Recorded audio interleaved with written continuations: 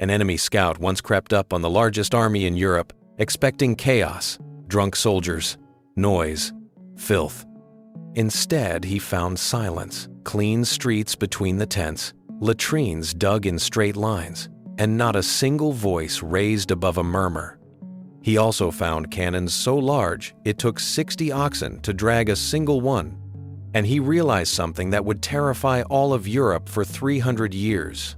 This wasn't a horde, it was a machine. For 6 centuries, the Ottoman army was one of the most advanced fighting forces on earth. It took Constantinople. It reached the gates of Vienna. It humbled crusaders, emperors, and kings.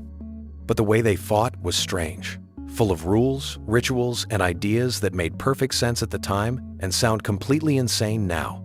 Today, 20 of them. 20 ways the Ottomans waged war that no modern army would ever try.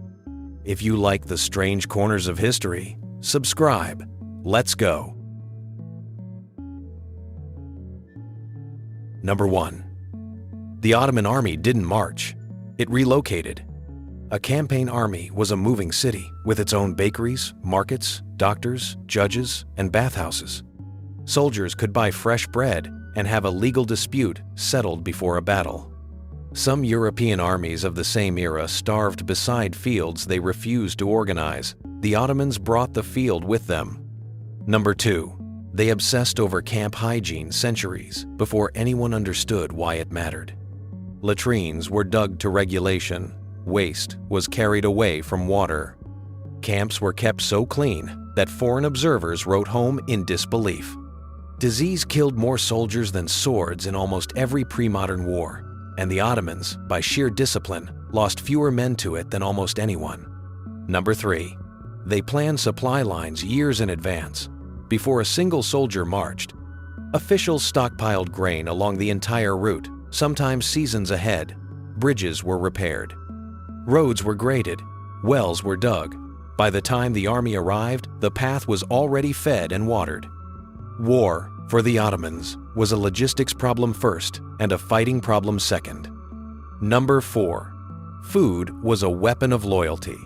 The state fed its elite soldiers directly, and that food carried enormous symbolic weight. To eat the Sultan's bread was to owe him your life. Refusing a meal or overturning the kettle it came in wasn't rudeness. It was treason. An empire ran its discipline through its stomach. That's how they lived. Here's how they fought. Number 5. To take Constantinople in 1453, the Ottomans built the largest cannon the world had ever seen. It fired stone balls over half a ton in weight. It was so big it could only fire a handful of times a day, and it sometimes cracked from its own heat. But it brought down walls that had stood for 1,000 years. The age of the castle ended in front of that gun. Number 6. The biggest guns needed their own road crews. Hundreds of men and dozens of oxen moved a single great cannon. Special crews went ahead to widen roads and reinforce bridges just so the artillery could pass. The Ottomans would reshape the landscape itself to deliver one weapon to one wall. Number 7. They chained their wagons together into instant fortresses. Facing a charge, Ottoman troops would lash supply wagons into a wall, plant their guns behind it, and dare the enemy to break themselves against it. Cavalry that had crushed armies for centuries shattered against a fence of carts and gunfire. It was a castle you could assemble in an afternoon. Number 8. The Janissaries were among the first soldiers in the world to make firearms their main weapon. While European knights still prized the lance and the sword, the Ottomans built an entire elite corps around the gun. They drilled, reloaded, and fired in disciplined ranks generations before most armies caught up.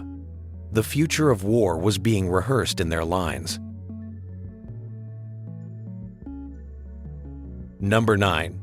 Before the main army ever moved, the Ottomans sent in raiders to break the enemy's mind. Fast, lightly armed horsemen, called akinci, flooded across the border, burning, looting, and spreading panic for weeks. By the time the real army arrived, the countryside was terrorized, and the enemy was exhausted. The first weapon the Ottomans deployed was fear. Number 10. They marched into battle behind a wall of sound. The Mehter band played enormous. pounding music designed not to inspire their own troops, but to terrify the enemy. The drums were said to imitate a giant heartbeat. Soldiers who had never lost a battle reported their nerve breaking before a single shot was fired. The Ottomans weaponized music itself. Number 11. They went to war under banners made of horsetails. A commander's rank was measured in tails. 1 tail, 2 tails, 3. The Sultan himself marched under 7. These tugs were sacred. To lose your standard was a disgrace worse than death, and capturing the enemies was a victory in itself. An empire's honor hung from a horse's tail. Number 12. A siege couldn't truly begin until the Sultan struck the first blow himself. By tradition, the ruler would personally fire the first cannon or break the first ground to consecrate the assault.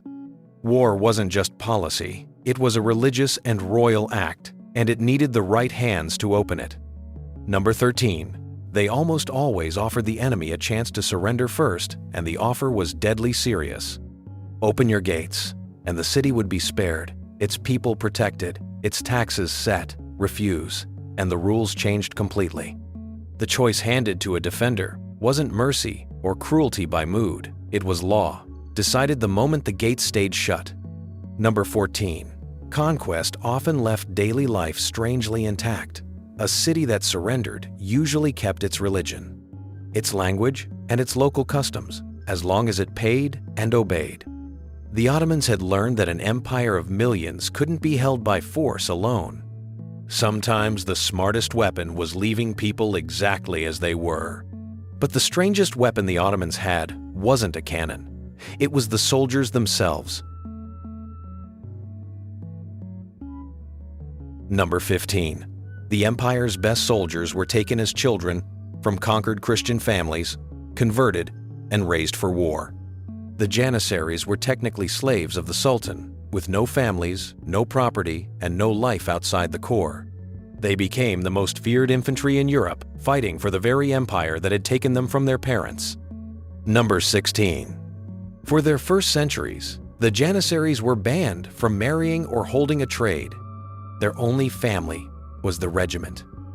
Their only loyalty was the Sultan. The state deliberately stripped away everything a man might fight for, so that fighting was the only thing left. It built devotion by building emptiness.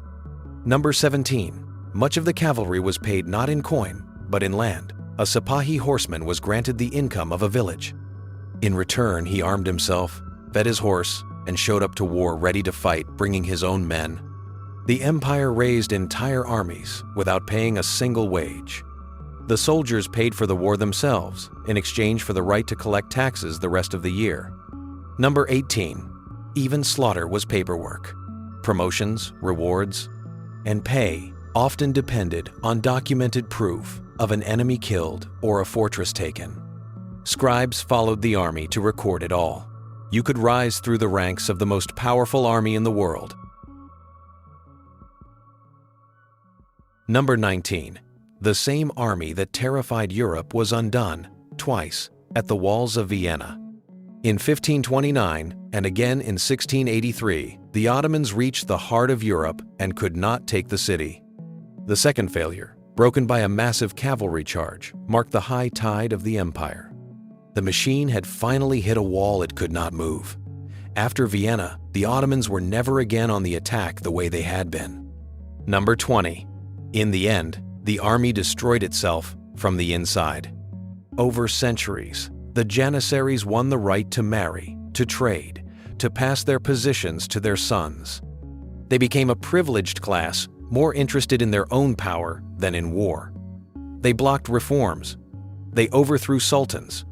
Finally, in 1826, a sultan turned the empire's own cannons on its most famous soldiers and wiped them out in a single bloody day. The weapon that built the empire had to be destroyed to save it. The Ottoman war machine reshaped 3 continents. It ended the age of castles, terrified the great powers of Europe, and ran on logistics and disciplines so advanced they sound modern even now. And then it calcified. The same rules that made it unstoppable made it unable to change. The most fearsome army of its age was beaten, in the end, not by a better enemy, but by its own success. If you want more empires the history books skip past, subscribe. We go to the very top. 20 Ottoman sultans, and the shocking, bizarre, and bloody ways they actually died.